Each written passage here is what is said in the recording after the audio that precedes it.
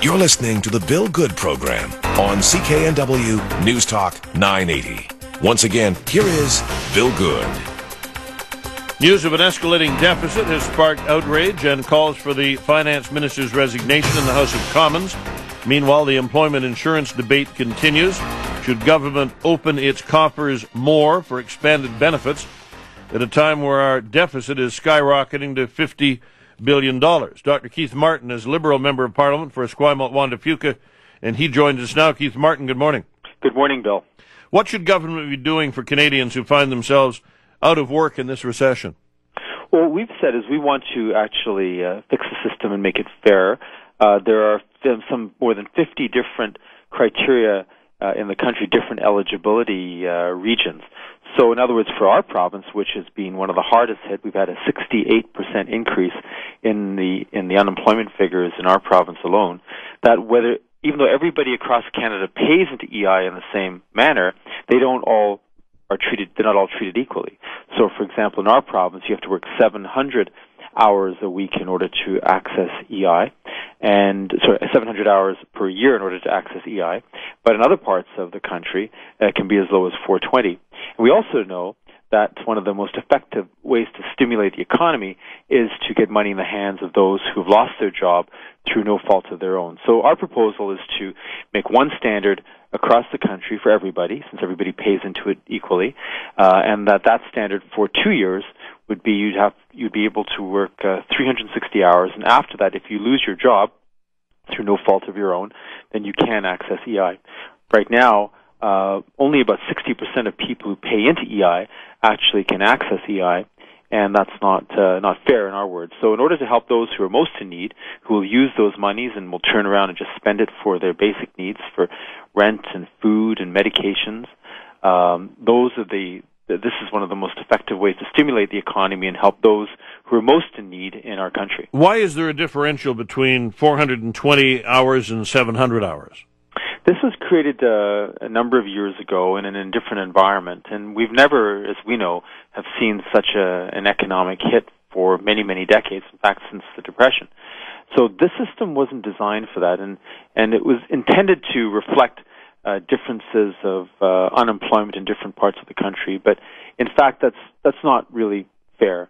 And what we should be doing right now in this economy, in this recession, is forevermore, is make one standard across the country.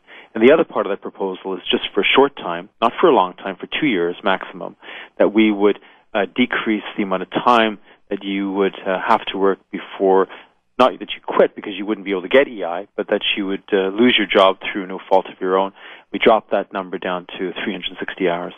I asked Mr. Day to explain how government finds money for auto workers but not for forest workers or retail employees who find themselves out of work. Are you sensing some anger in your constituency over this sort of double standard? Well, it's interesting you mention that, Bill, because I do get that from people who are saying, you know, I work for a company. No one's bailing my company out. So why should you bail one group of one company or a couple of companies out in central Canada? That is a double standard. And while we certainly are empathetic towards those people who are losing their jobs, there has to be a fairness across the board. One way to do that is these EI changes. And what we've asked Prime Minister Harper to do is, in the interest of fairness, and frankly in the interest of good economics, because, as I said before, if you put a dollar into the hands of somebody who is unemployed through EI, then the duplicative effect actually becomes about $1.60. So it is an effective stimulus measure for our economy and does get that money circulating through the real economy. The stimulus package that the government has put forward, tragically, they have sat on it, and they've only let it trickle out. And by the time those monies frankly get out, if they're going to get out at all, because the projects that are proposed have to be completed by 2011, and that's just not going to happen. So we're only seeing a tiny trickle through their so-called stimulus package and infrastructure, and they're really not doing this particular initiative which you've offered, which will really help those most in need in our country. How critical are you of the government going $50 billion in deficit? I mean, is there an option to that? Well, we'd have to see the books. Part of it's clearly not their fault. Part of it is increase in demand in EI and an increase in demand in falling revenues, to be sure. But the government has actually, in good times, in the first 2 years of their mandate, they did spend wildly and irresponsibly. They spend more, in fact, than any other government. And I think right now that Mr. Flaherty and Mr. Harper, frankly, have lost control over the public purse. And this is extremely disturbing. I believe that if they didn't know that we were heading into a deficit as recently as the beginning of this year, then they are incompetent. If they knew and they didn't tell the public, then they're lying. So either of those two options don't reflect well on them. Appreciate your time this morning. Thank you very much, Bill. Keith Bye-bye. Martin.